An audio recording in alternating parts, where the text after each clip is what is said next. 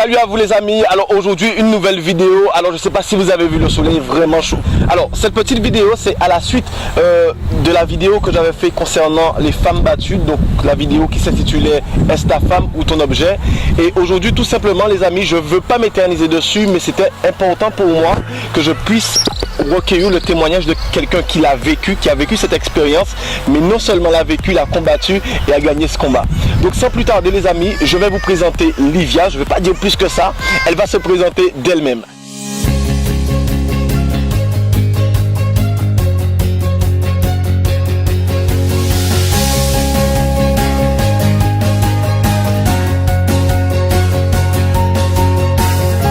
Alors Livia, comment vas-tu? Ça va très bien. D'accord, est-ce que tu peux nous dire qui tu es Livia déjà et qu'est-ce que tu fais dans la vie, etc. Alors je suis Livia Zamia et depuis quelques mois je suis coach en développement personnel. D'accord. Et donc ma société s'appelle Impact Coaching Performance. D'accord, voilà. Très bien. Alors suite à cette vidéo justement, Livia est revenue vers moi, elle m'a fait part de son expérience et je me suis dit tout simplement qu'il serait intéressant pour les femmes qui subissent cette situation encore aujourd'hui, puissent savoir déjà dans un premier temps comment tu as vécu cette expérience et comment tu en es sorti, parce que c'est surtout ça la question. Ok. Alors est-ce que tu peux nous raconter un peu ton expérience sans trop forcément entrer dans les détails? Est-ce que tu peux nous dire quelle a été ton expérience concernant cette situation, Livia? Donc Michel, voilà, il y a quelques années de ça, j'ai rencontré un homme qui pendant quelques années a été quelqu'un de formidable, quelqu'un qui était le père de mes enfants. Et puis après 4 ans de relation, la situation a complètement changé. Les rapports ont changé, les rapports sont devenus violents au niveau verbal, mais physique aussi. D'accord. Et donc il est devenu alcoolique. Voilà. Et c'était 3 ans. Donc 3 ans, je suis dans une situation extrêmement difficile. Et on m'a beaucoup jugé en me disant mais pourquoi tu restes là, pourquoi tu fais ci, pourquoi tu fais ça. Je suis pas vraiment capable d'expliquer pourquoi je suis restée en fait dans ce climat de violence pendant ces 3 années. Mais je sais que c'était l'homme que j'avais choisi pour être le père de mes enfants. C'était quelqu'un que j'aimais beaucoup. On avait créé une entreprise ensemble, donc on était tous les deux chefs d'entreprise. Voilà, pour moi c'était l'homme de ma vie et puis voilà, je suis restée 3 ans, mais je ne peux pas vraiment expliquer pourquoi. Okay. Alors ce que j'aurais aimé te poser comme question, Livia, c'est que lorsque ça s'est passé la première fois, c'est-à-dire que dans la première situation, est-ce que tu te rappelles de quel a été ton état d'esprit? Qu'est-ce que tu t'es dit? L'état d'esprit, la première fois, mais je pense que c'est dans l'état d'esprit qu'on est pendant jusqu'au moment où il y a la goutte d'eau. C'est que tu n'as pas connu la personne comme ça, donc tu as toujours espoir. Quelque part, tu te dis, allez, c'est accidentel, c'est pas grave, c'est la personne que j'aime. C'est pas, je pense qu'on se pose pas vraiment la question. Non, c'est la personne qu'on aime en fait. C'est la seule chose qu'on voit. C'est l'image, c'est le père, c'est l'homme que j'aime, c'est ce qu'on voit. On ne voit pas vraiment. Donc on se dit qu'on peut passer dessus. Voilà, on accepte. Et puis on met en place en fait des postures qui font qu'on change sa façon d'être. On se dit allez, on est plus gentil, on fait attention à ce qu'on dit, on fait attention à ce qu'on fait pour que la personne ne puisse pas s'énerver.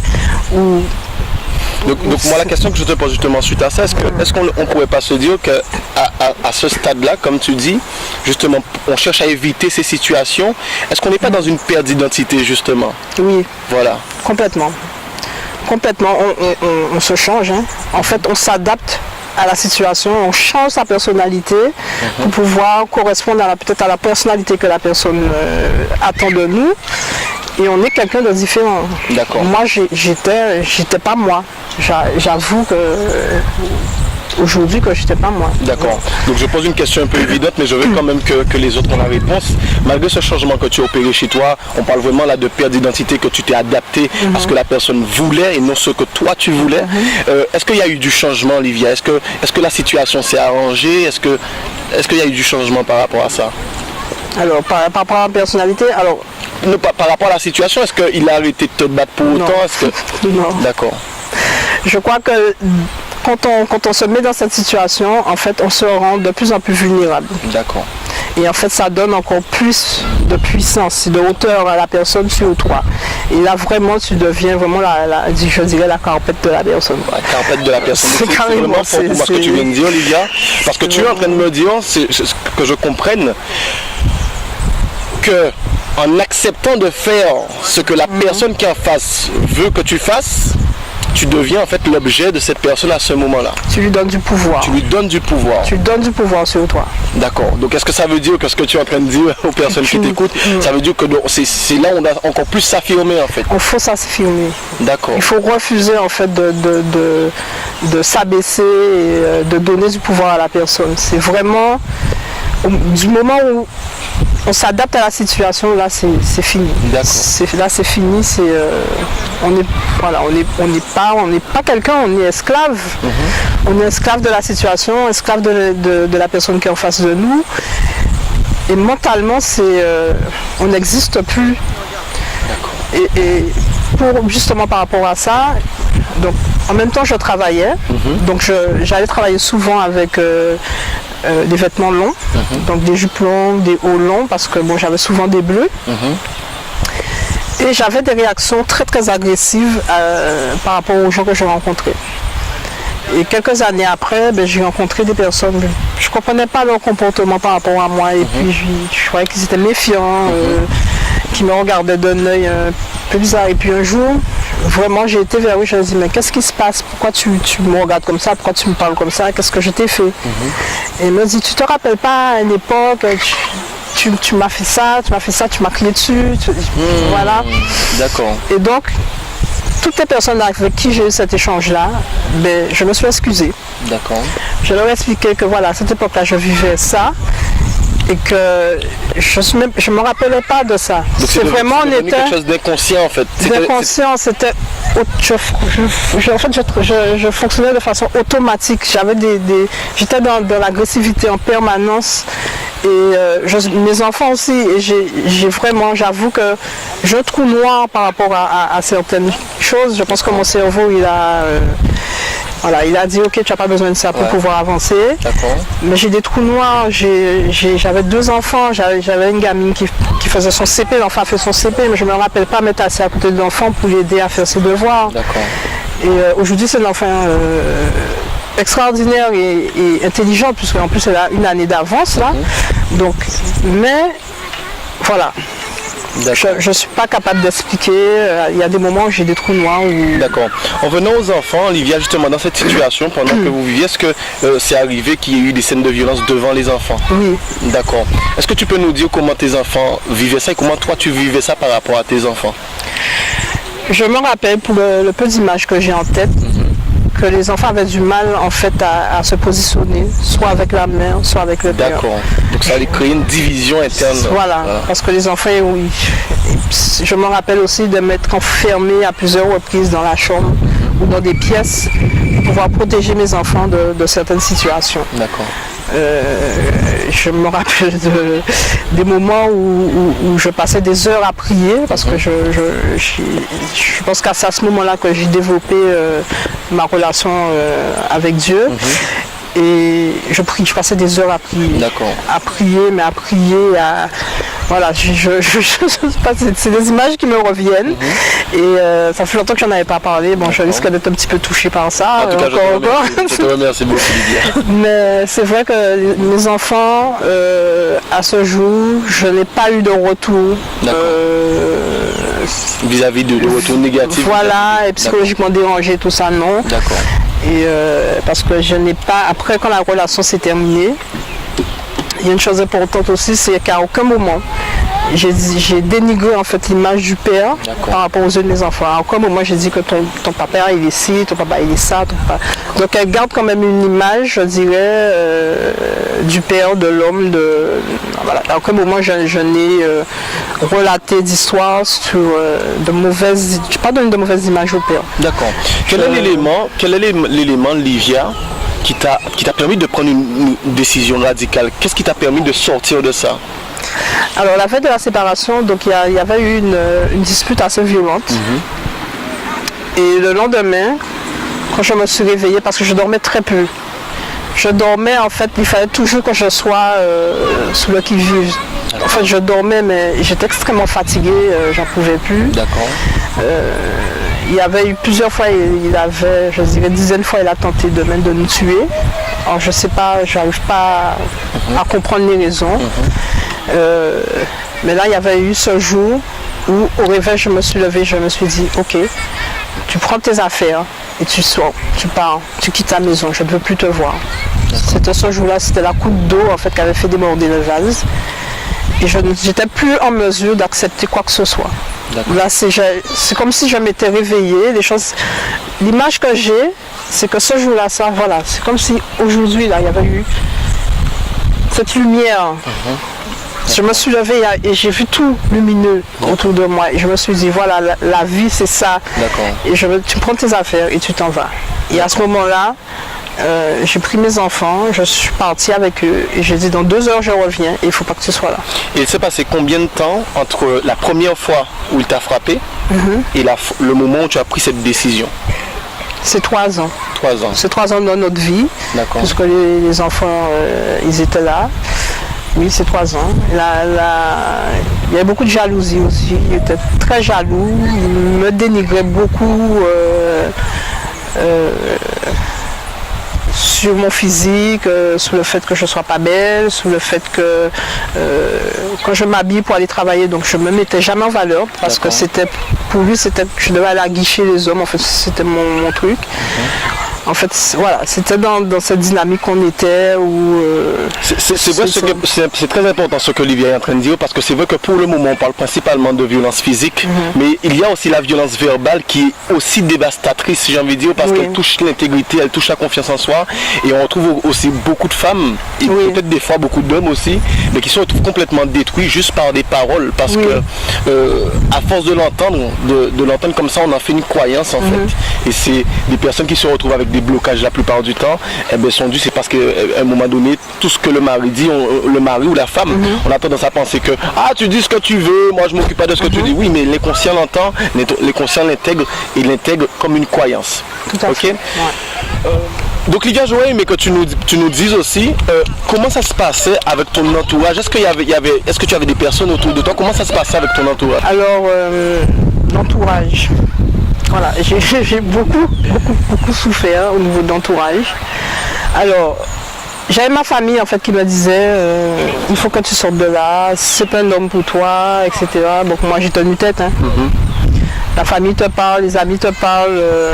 Voilà. Et en fait, c'est 3 ans de ma vie où je me suis retrouvée sans famille. D'accord. Les amis m'ont lâché un après l'autre. J'ai seulement quelques personnes qui sont restés autour de moi, mais de façon éloignée, qui étaient juste observateurs. Excuse-moi, mais quand tu dis tes amis t'ont lâché, est-ce qu'ils t'ont lâché parce que, par rapport à quelle raison? Est-ce que tu peux me dire les raisons qu'ils t'ont lâché? Est-ce qu'en fin de compte, ils en avaient marre de te parler, ils avaient marre de te voir comme ça, ou c'est des gens qui t'ont... Par rapport à quoi? Oui, en fait, voilà, c'est quand tes amis te parlent et que... Voilà, tu te dis mais non, mais tu ne vas pas rester. Mais c'est surtout la famille, je me rappelle ma mère, c'est resté 3 ans sans contact avec ma mère, c'est difficile. D'accord. C'est extrêmement difficile et de voir comment le peu de contact que j'avais avec elle, c'était violent.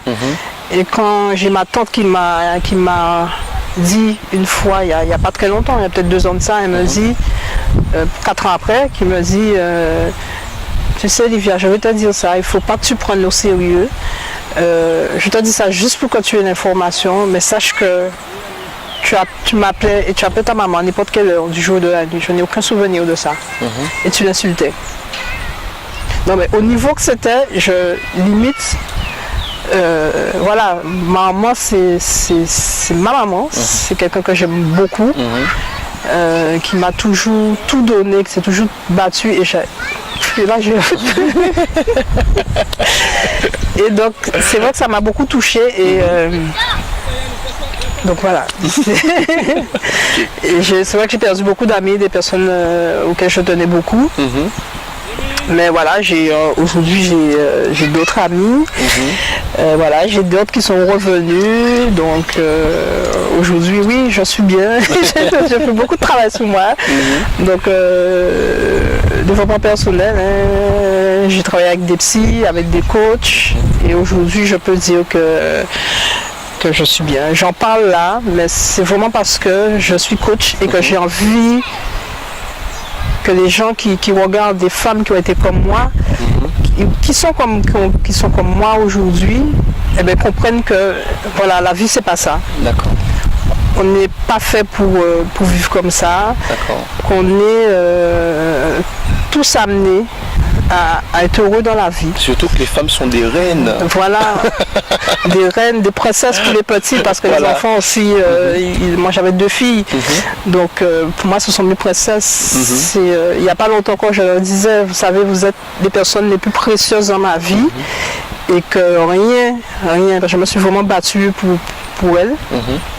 Et voilà, et je le dis. Je vous le dis, que si j'avais pas mes filles, je ne serais pas là aujourd'hui. D'accord. Je sais que je ne serais pas à l'acte. D'accord. Ça, je le sais, j'en suis consciente. C'est pour ça que je vraiment prends soin de mes enfants et que mes enfants, pour moi, c'est ma force. Alors, c'était peut-être le principal rôle dans ta vie d'être là. Ce sont mes racines, je dirais. D'accord. C'est vraiment mes racines. Ça a été ta force dans ces moments. Ah oui, oui. D'accord. Vraiment. Et aussi la prière, parce que bon... j'ai beaucoup prié. Et voilà. Alors si j'ai voulu interviewer aujourd'hui Livia, c'était principalement pour vous donner ces éléments, pour vous montrer qu'il y a des personnes qui vivent ces moments difficiles, parce que c'est vrai, moi je vous en parle, certaines personnes diront ouais mais tu peux pas parler de ce que tu n'as pas vécu, mais là vous avez quelqu'un qui l'a vraiment vécu et j'ai envie de dire qui s'en est sorti. Et aujourd'hui Livia est coach en développement personnel et selon mon opinion un très bon coach. Je vais lui laisser vous parler de son activité, de son accompagnement et qu'est-ce qu'elle pourrait vous apporter. Mais comme l'a dit Michel, aujourd'hui, je suis coach en développement personnel. Donc, je suis Livia Zamia et ma société s'appelle Impact Coaching Performance. Alors, 2 choses. Ça, ce sont des expériences que j'ai vécues qui m'ont permis aujourd'hui de faire le choix d'être coach et surtout d'aider les autres. Donc, je travaille énormément sur l'estime de soi, la confiance en soi, l'amour de soi, la fierté. Parce que c'est important d'être soi, de s'accepter, d'être la personne qu'on est. Et pour moi, ce sont des choses sur lesquelles je travaille, que ce soit en entreprise, que ce soit de façon professionnelle ou avec des particuliers. C'est important vraiment d'être la personne qu'on est, qu'on a envie d'être. Et surtout par rapport aux expériences qu'on vit, comme celle que j'ai vécue en tant que femme battue, donc d'être qui on est et de s'affirmer. Donc, et puis le côté motivation aussi, beaucoup d'énergie, et ça je crois que Michel en a beaucoup. dans mon métier, voilà, c'est les choses que j'affectionne le plus. Donc vous pouvez me joindre, donc j'ai une page Facebook sur laquelle vous pouvez me joindre, mais aussi vous pouvez me joindre sur mon numéro portable qui va s'inscrire ici et qui est le 06 90 57 15 15. Et puis il faut vraiment passer à l'action et arrêter en fait de subir d'une façon ou d'une autre, que ce soit de la part de parents, de patrons ou d'autres. Il faut arrêter de subir, vraiment s'affirmer en tant que personne. Et je vous invite vraiment à réfléchir sur votre situation et de décider, parce que moi je travaille avec des personnes qui décident, qui sont volontaires, de décider. Prenez le temps, ne jamais prendre de décisions hâtives sous l'émotion, mais décidez dans votre tête de façon claire. Ok, je décide aujourd'hui d'être Livia, je décide aujourd'hui d'être Sophie ou Pierre ou Marc, mais décidez qui vous êtes et voilà, et faites le geste pour être accompagné dans des situations qui sont difficiles pour vous, parce que vous avez le droit d'être heureux. Il faut que vous ayez le droit de choisir votre avenir. Vous êtes responsable de votre avenir, vous êtes responsable de votre bonheur. Alors n'hésitez pas. Et je vous dis action. Et à très bientôt.